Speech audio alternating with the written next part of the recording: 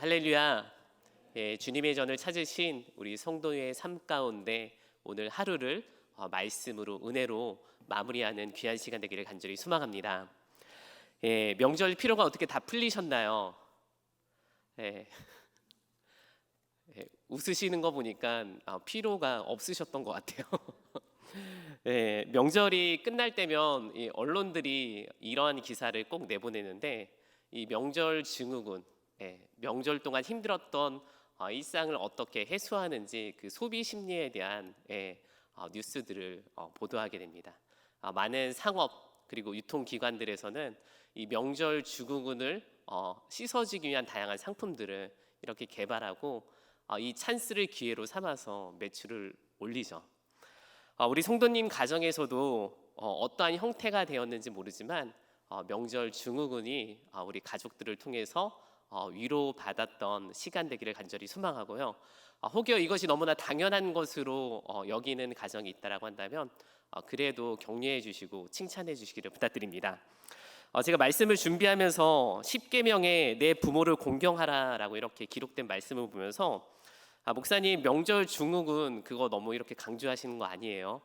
365일 섬기는 것도 아니고 한두 번 정도 가지고 이렇게 강단에서 얘기를 해주면 부모님을 향한 이 거룩한 마음, 공경의 마음이 훼손되는 거 아닙니까? 라고 이렇게 말하는 분들도 있을 것 같아요. 맞습니다. 모든 일에 진심을 담은 섬김은 가장 중요하죠. 대가를 바라고 한다면 그것은 섬김이 아니에요. 형식은 갖췄을지 모르지만 거기에 하나님 보시기에 아무런 열매가 없다라는 것입니다.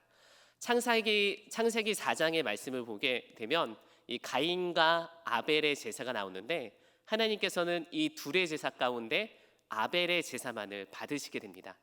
그러면서 훗날에 히브리서 기자가 이 아벨의 제사에 대해서 뭐라고 말하고 있느냐, 믿음으로 아벨은 가인보다 더 나은 제사를 하나님께 드림으로 의로운 자라 하심을 칭함, 그 증거를 얻었다라고 말하고 있습니다.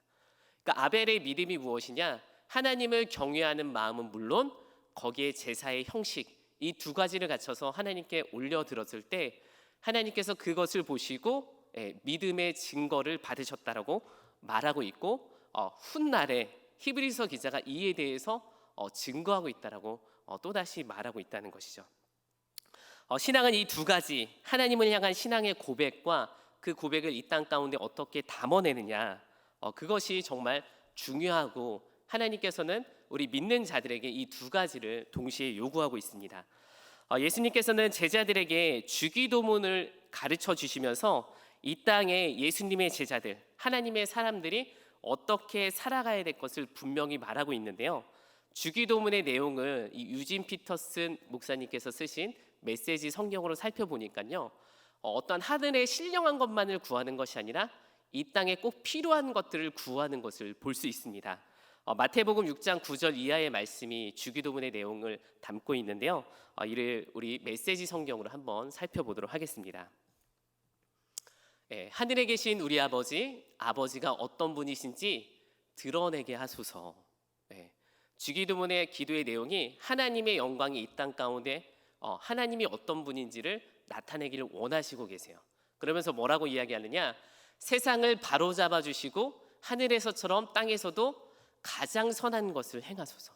하늘의 신령한 것, 하나님의 것이 이 땅에 이루어지길 바라고 있다라는 거예요. 그러니까 기도하면서 어떠한 신령한 것만을 구하는 것이 아니라 이 땅의 현실적인 것을 하나님께 구하고 하나님의 능력이 이 땅 가운데 펼쳐질 것을 기대하고 있습니다. 이에 대한 기도는 이 세상의 질서가 무너진 이곳에서 하나님의 영광이 하나님의 제자들을 통해서 하나님께 기도하는 이들을 통해서 나타날 것을 요청하고 있다라는 거예요. 오늘 우리에게 일용할 양식을 주시고, 메시지 성경은 이를 든든한 새끼 식사로 우리가 살아가게 하소서라고 굉장히 현실적으로 구하고 있다는 것이죠. 그리고 또 뭐라고 말하고 있느냐, 아버지께 용서받은 우리가 다른 사람을 용서하게 하소서. 실질적인 내용을 계속해서 구하고 있다라는 것이죠. 예수님께서 주기도를 통해 하나님의 영광을 구함과 동시에 이 땅에 필요한 실제적인 것을 기도로 요청하셨다는 것을 우리가 볼 때 하나님의 영광을 구함과 동시에 이 땅에서 그 영광이 무엇인지 우리가 살아내는 것, 이 두 가지가 신앙에서 굉장히 중요하다는 것을 알 수 있습니다.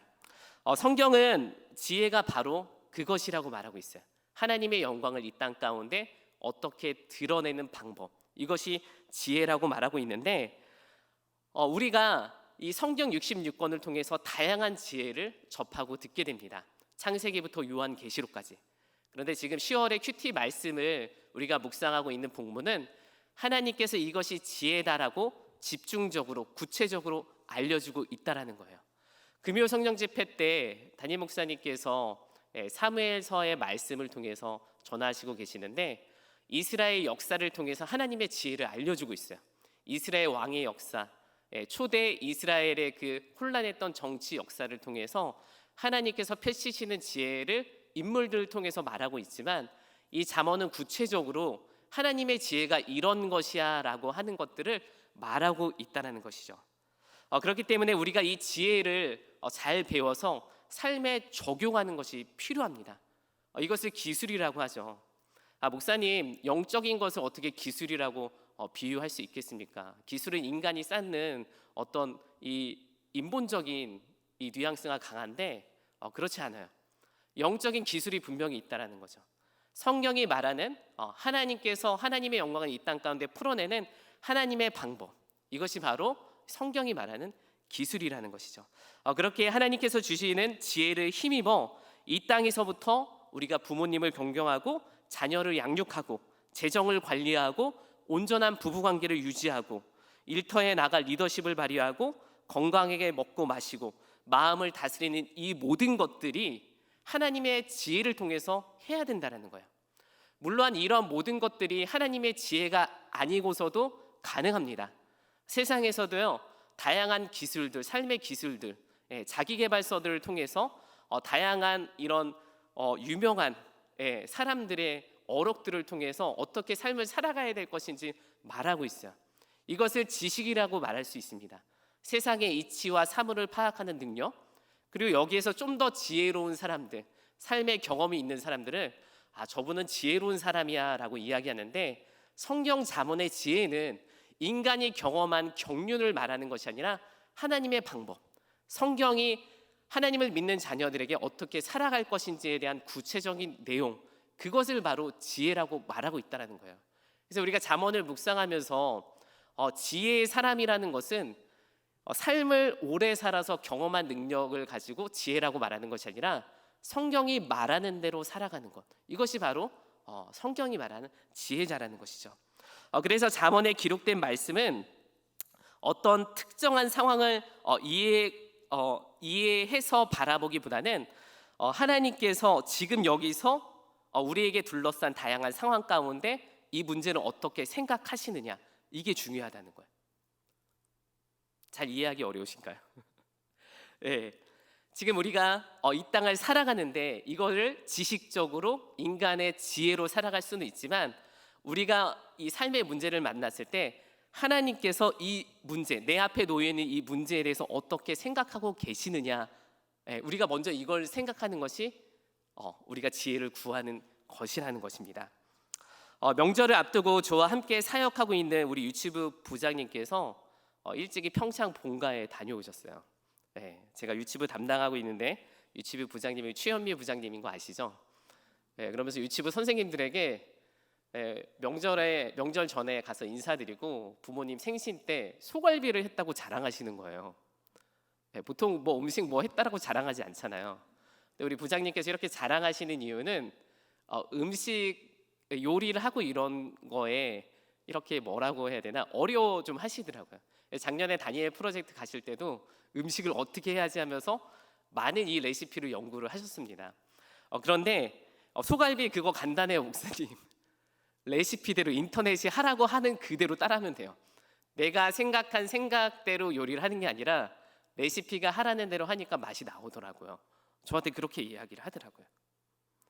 그래요. 요즘 워낙 이 요리에 대한 열풍적 시대를 살아가고 있기 때문에 유튜브에서 말하고 있는 대로 인터넷에서 유명한 사람들의 그 방법만 따라해도 과거 왕궁의 수라상궁 뺨칠 정도의 맛이 그냥 나오게 돼요. 저도 결혼하고 저희 아내가 이런 음식을 할 줄 알았어라고 물어보잖아요.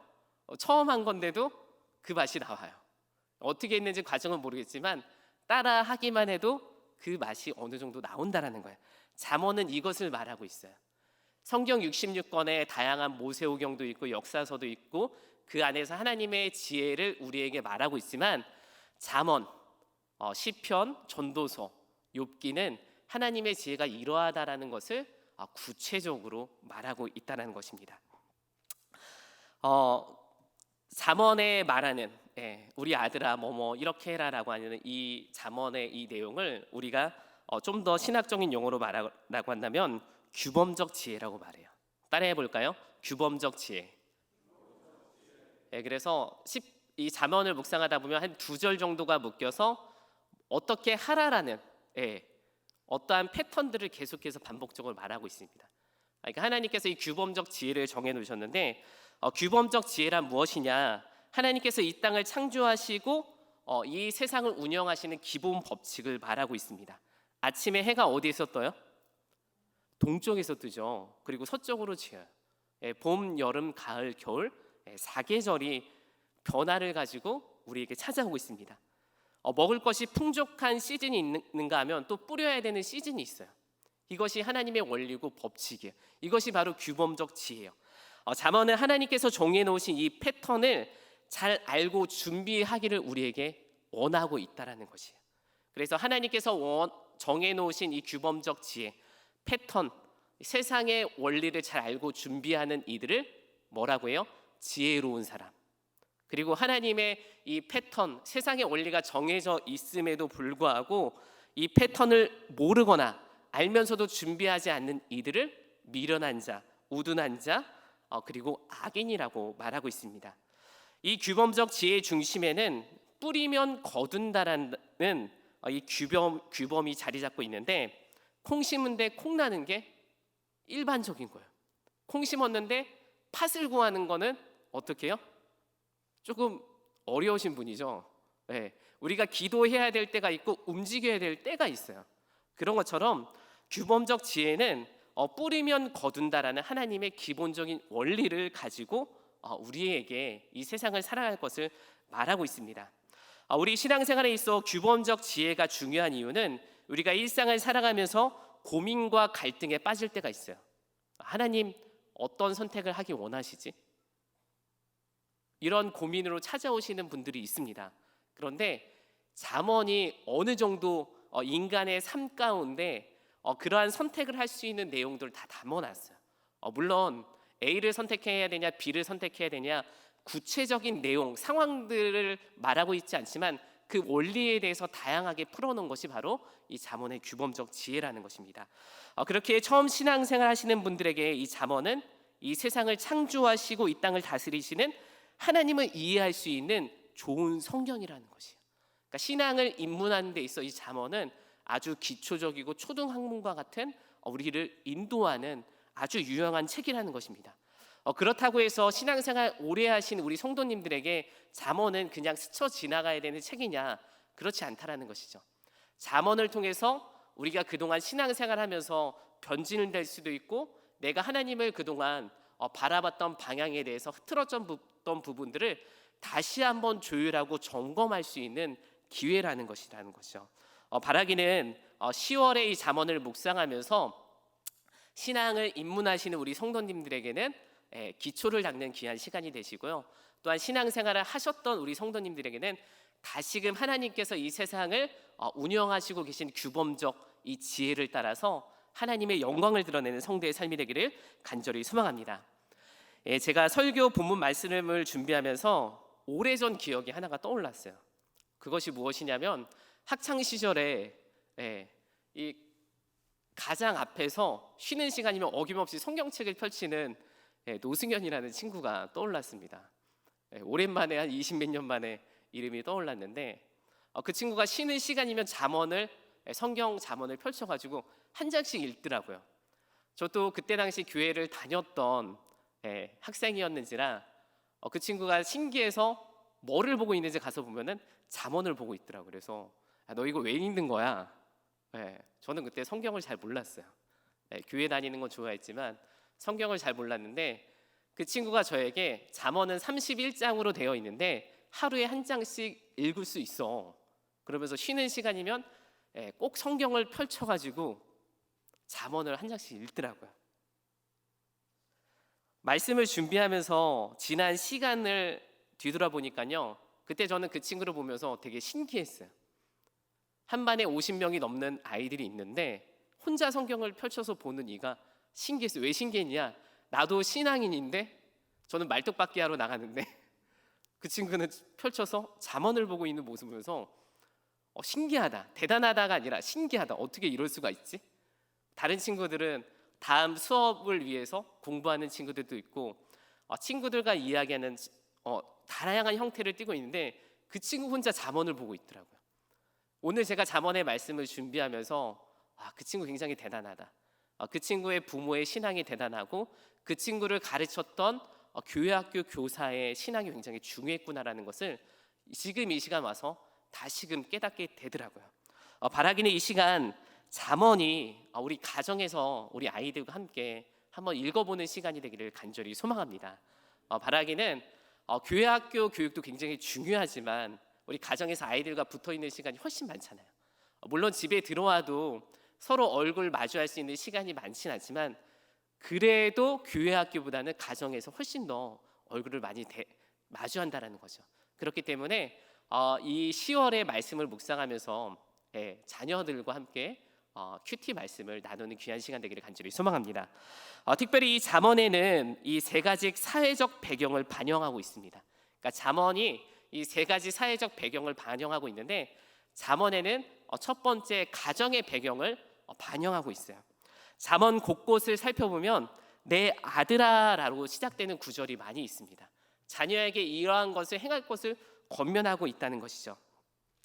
이는 지혜를 가르치고 배우기에 적합한 곳이 바로 가정이라는 것을 말하고 있다는 거예요.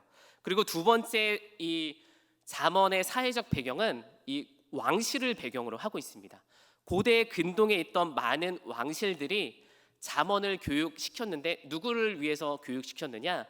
이 왕의 수중을 드는 이들을 위해서 잠언을 가지고 교육시켰다라는 거예요. 왕실의 어떤 예법을 지키기 위해서 잠언을 가지고 교육했던 많은 자료들을 볼 수 있습니다. 그런데 오늘 이 시간 우리가 말씀을 묵상하면서 이 두 번째 왕실의 사회적 배경을 적용한다면은 오늘 우리가 섬겨야 될 분은 누군가? 다른 것이 아니라 하나님이라는 거죠. 하나님의 영광이 이 땅에 어떻게 나타나기 위해서 우리가 잠언을 통해서 왕실의 예법을 배우는 것처럼 어떻게 해야 우리가 하나님의 영광이 이 땅에 나타날 수 있을까? 어떻게 해야 우리가 왕을 잘 섬길 수 있을까에 대한 지혜가 잠언에 담겨 있다라는 거예요. 하나님께서는 하나님의 백성에게 찬양받으시고 영광받기 위해 반드시 하나님의 방법을 우리에게 요구하고 있습니다. 그것이 잠언에 가득 담겨 있다라는 거예요. 가끔 성도님들과 얘기를 나누다 보면 하나님의 영광이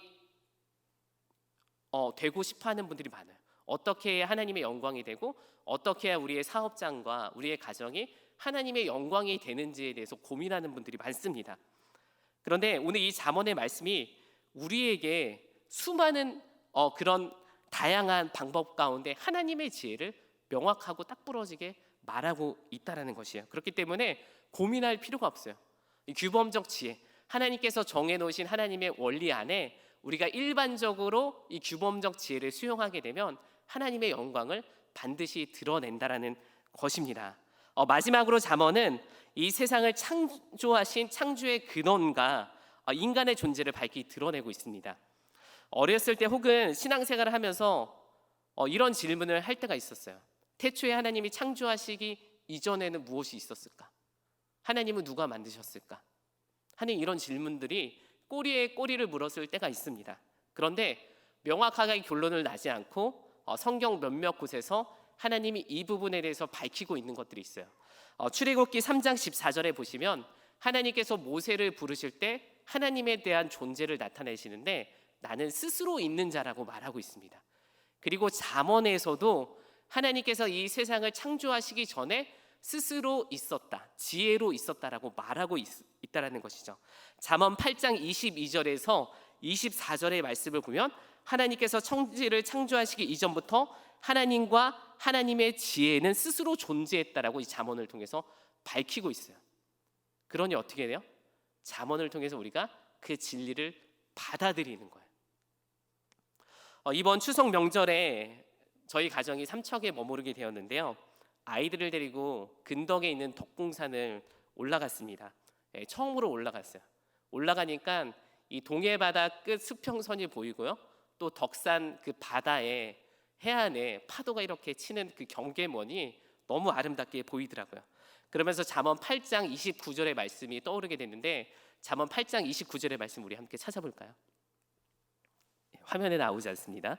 잠언 8장 29절의 말씀입니다.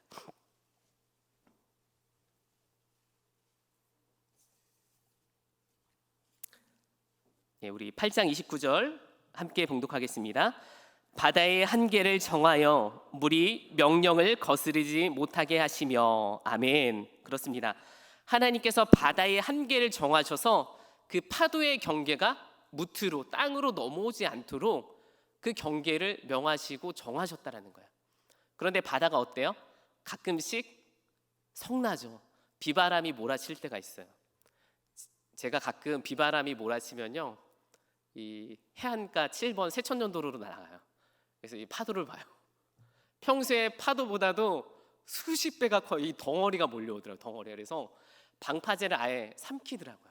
태풍이 올 때 시원하더라고요. 나가 보니까. 그런데 그 태풍도 잠깐이에요. 아주 잠깐. 하나님께서 명하신 그 경계를 넘어올 수 없다라는 거예요. 잠시 태풍으로 인해서 그 경계가 잠깐 넘어오는 것처럼 보일지 모르지만 다시 그 파도는 하나님께서 명하신 그 자리로 나아가게 됩니다. 그 자리를 반드시 지키게 돼 있다라는 거예요. 미국의 이 조이스 마이어라는 이 여성 목사님이 계시는데, 이 목사님께서 지혜를 이렇게 말씀하셨어요. 지혜는 적절한 때를 기다려 움직이도록 하는 반면 감정은 지금 당장 행동하도록 부추긴다. 다시 한번 읽어드릴게요. 지혜는 적절한 때를 기다려 움직이도록 하는 반면, 움직일 수도 있고 안 움직일 수도 있는 게 아니에요. 해야 될 것은 반드시 해야 되고 하지 말아야 될 건 하지 말아야 되는 그때를 분명히 알려주는 것이 지혜라는 거예요. 이것이 하나님의 영광인데, 감정은 지금 당장 행동하도록 우리의 삶을 부추긴다는 것입니다. 오늘 우리가 살아가는 이 땅에서 우리가 하나님의 영광을 드러나야 될 때가 있어요. 멈춰야 될 때가 있고요, 가야 될 때가 있는데, 이것은 세상의 지식과 인생의 경륜으로 아는 것이 아니라 반드시 성경이 기록된 지혜로서 우리가 알 수 있다라는 것입니다. 오늘 본문 이 잠언 3장 5절에서 6절 말씀, 이 메시지 성경으로 우리 다시 한번 살펴보기 원하는데요. 유진 피터슨 목사님께서 잠언 3장 5절의 말씀을 이렇게 말하고 있는데, 강력하게 말하고 있습니다. 우리 함께 봉독하도록 하겠습니다. 온 마음으로 하나님을 신뢰하고 무슨 일이든 내 멋대로 이해하려 들지 마라. 무슨 일을 하든 어디로 가든 하나님이 음성에 귀 기울여라. 그분께서 내 길을 바르게 인도하실 것이다. 아멘. 그렇습니다. 무슨 일을 하든 내 멋대로 하는 것이 아니라 하나님께서 그 문제에 대해서 어떻게 하길 원하시는지에서 우리가 먼저 그렇게 생각하는 거야. 그래서 가끔 이런 그 슬로건을 이렇게 외칠 때가 있어요. 문제보다 더 크신 하나님. 문제보다 더 크신 하나님. 그러니까 믿는 자가 우리 하나님의 영광을 드러내는 것은 우리가 문제에 반응하는 것이 아니라 하나님께서 그 문제를 어떻게 생각하고 계시느냐 하는 것을 우리가 먼저 생각하는 거예요.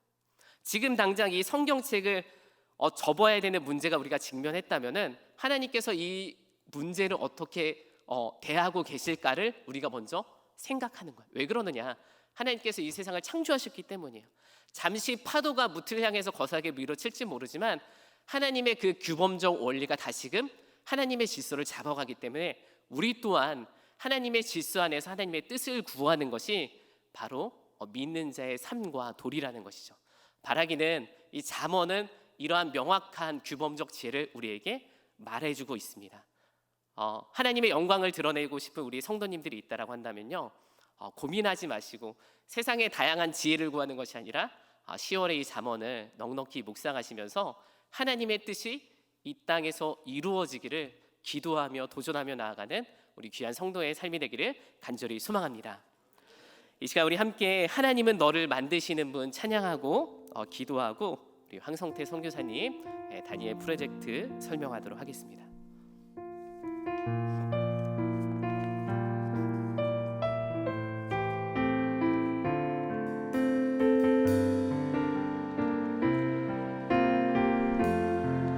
하나님은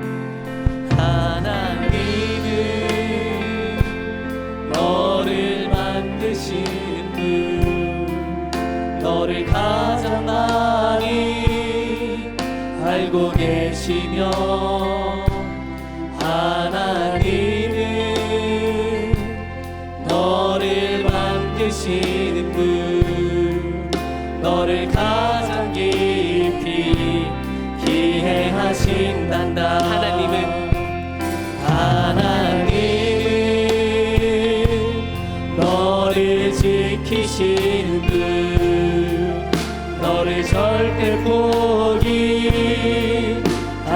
않으며, 하나님은 너를 지키시는 분, 너를 쉬지 않고 지켜보신단다. 그의 생각 셀 수 없고, 그의 자비 그릇하며, 그의 성실 날마다 새롭고, 그의 사랑 끝이 없단다. 그의 생각 셀 수 없고, 그의 생각 셀 수 없고, 그의 자비 무궁하며, 그의 성실 날마다 새롭고, 그의 사랑 끝이 없단다. 이 시간 우리 기도의 자리로 나아가기 원합니다. 주님, 그의 생각 너무 셀 수 없어 어디로 갈지 몰라 하나님이 세상적 지혜 잘 나가는 사람들의 경험을 구했던 적이 있습니다. 그러나 주님, 하나님의 지혜는 너무 무궁합니다. 그러나 하나님의 긍휼의 은혜가 이 지혜를 서로를 통해 아둔한 우리가 이해할 수 있도록 범위를 정해주시고 살아갈 수 있는 길잡이의 등불 되어주시니 감사합니다. 이제 하나님, 세상의 방법과 지혜를 구하는 것이 아니라 성경이 말한 그 66권의 지혜를 삼으며 나아갈 때 하나님, 우리 자본의 지혜를 우리 삶에 담아낼 수 있도록 인도하여 주시사 때와 시를 구분하여 하나님의 영광을 드러내는 우리 큰비성도의 삶이 되게 해달라고 이 시간 주여 3번 부르짖고 통성으로 기도하며 나아가기 원합니다. 주여